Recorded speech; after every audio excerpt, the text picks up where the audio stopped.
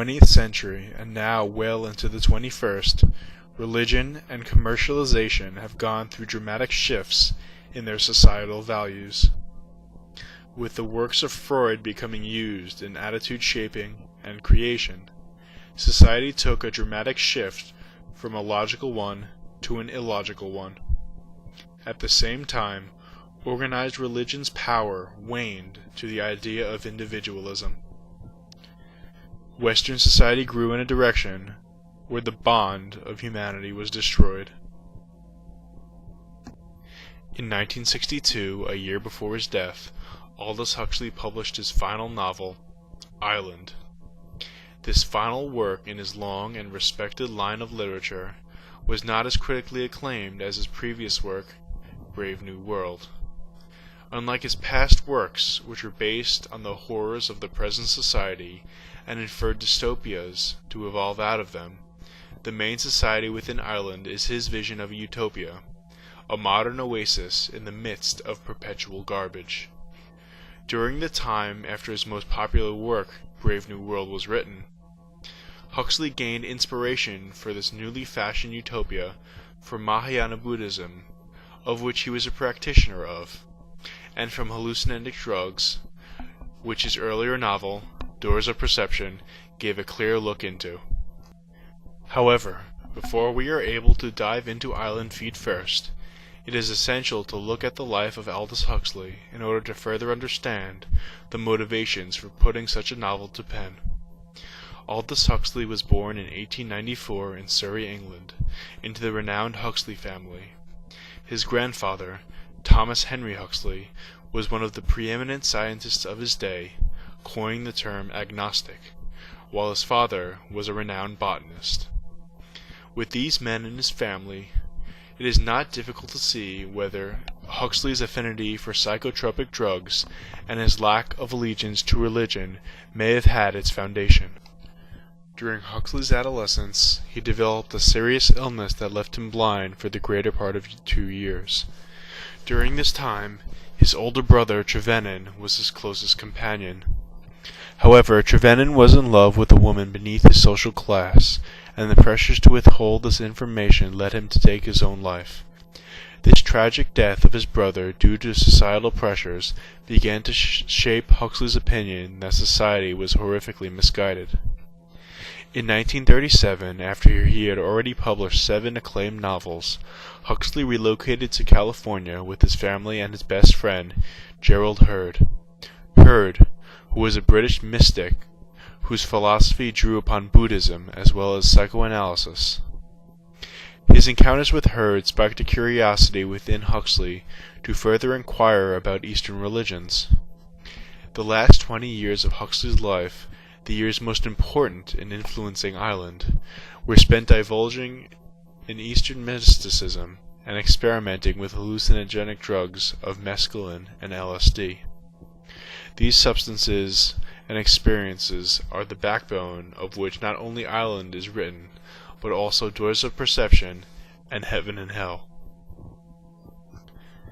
Island begins with the protagonist William Farnaby shipwrecking himself on the island oasis of Pala. Pala is a country that is closed off to the world in terms of people or ideas arriving.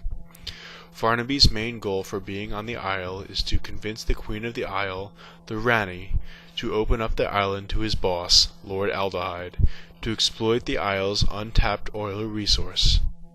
Farnaby, after risking life and limb traversing the craggy rocks that surround the island, encountered 2 young children, Mary Sarojini and Tom Krishna, who bring them to their grandfather, Robert MacPhail, who was the descendant of a legendary medicine man who came to the island as a youth. Soon after his landing, Farnaby is visited by the Rani, who heard word of his arrival and is interested in Lord Aldehyde's proposal.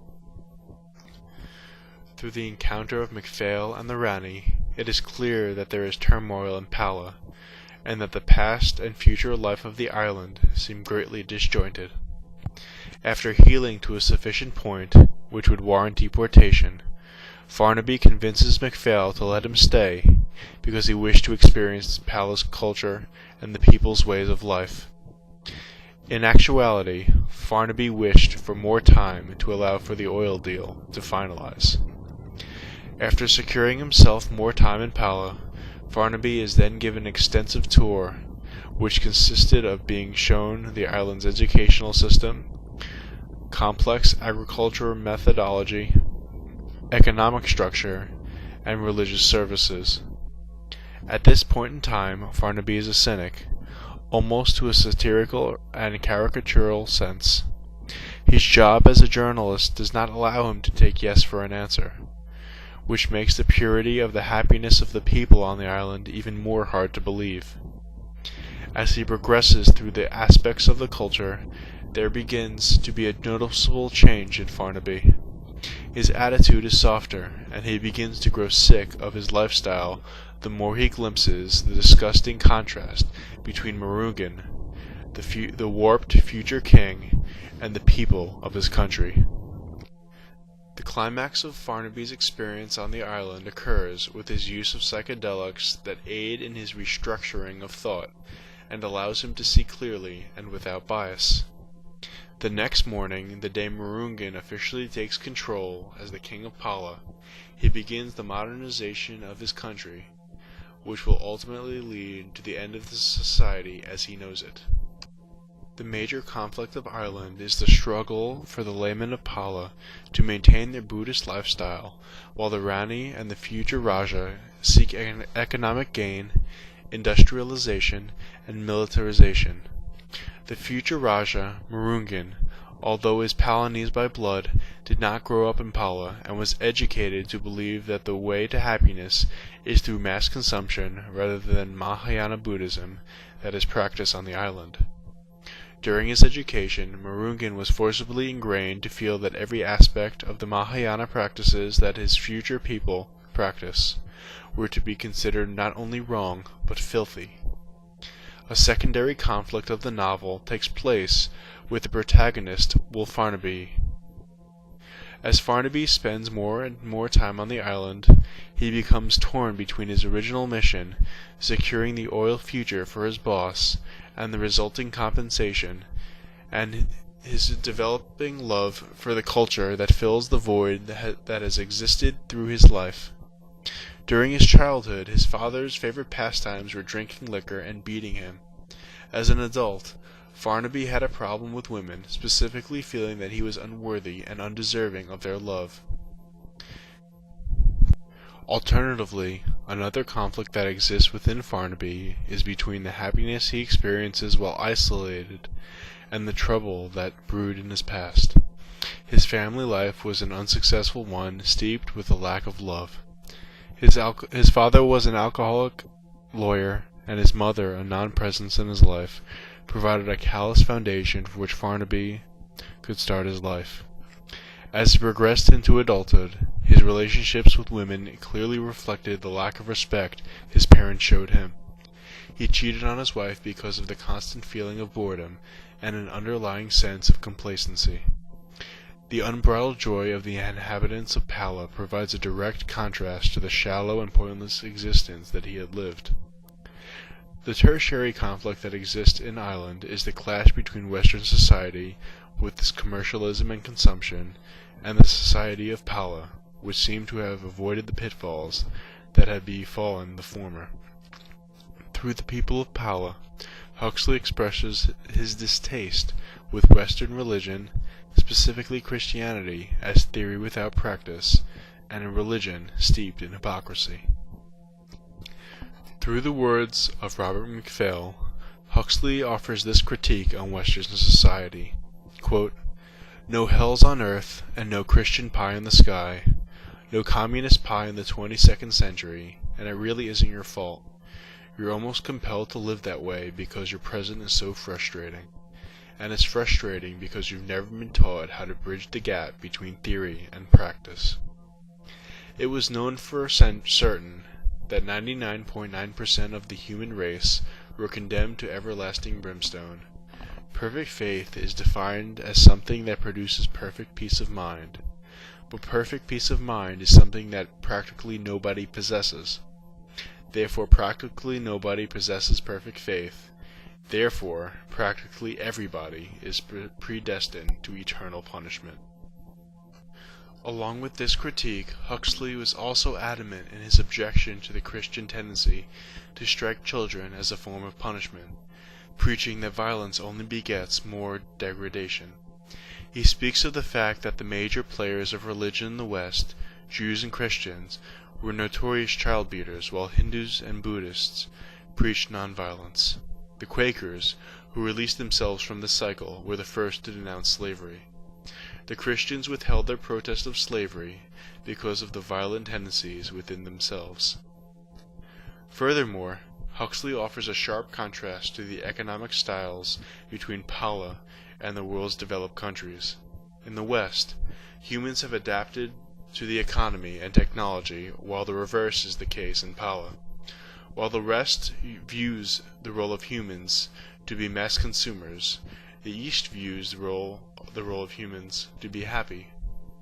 It is with this contrast that Huxley speaks that developed countries come into underdeveloped ones, and with their modernization they spoil and mutate the desires of the native peoples to their own.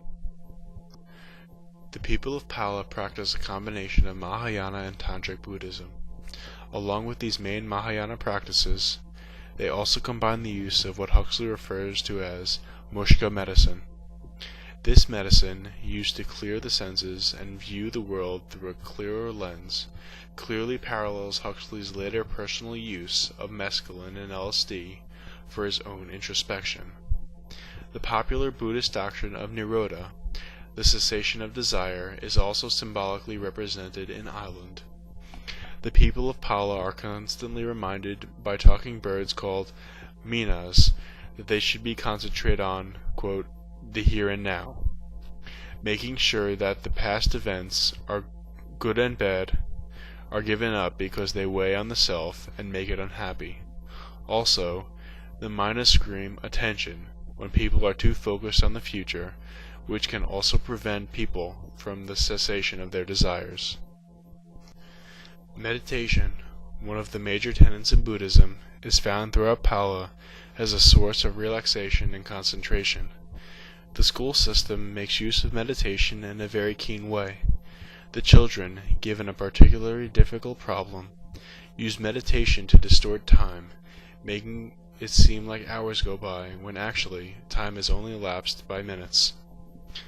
Although not all can do this with success, those with the ability are responsible for the major breakthroughs in science and technology on the island. The Kalama Sutra, the most important concept in Buddhism, that experience should be the ultimate arbitrator over you, is equally expressed in the novel. It is with this doctrine that society seems to be built. People are encouraged to go out and experience life, and apply the theory that is taught to them at an early age. Theory and experience based on it is the root doctrine. In Pala, the children from an early age engage in farm work, rigorous physical activity, and problem solving so that the information they learn within the classroom setting is not rendered useless. Yoga, combined with the use of psychedelics, play a crucial part in the development and growth of the citizens. The people of Pala engage in what they call the yoga of love, which consists of a melding of their sexual desires into one entity, is similar to the tantric practices that the West is familiar with.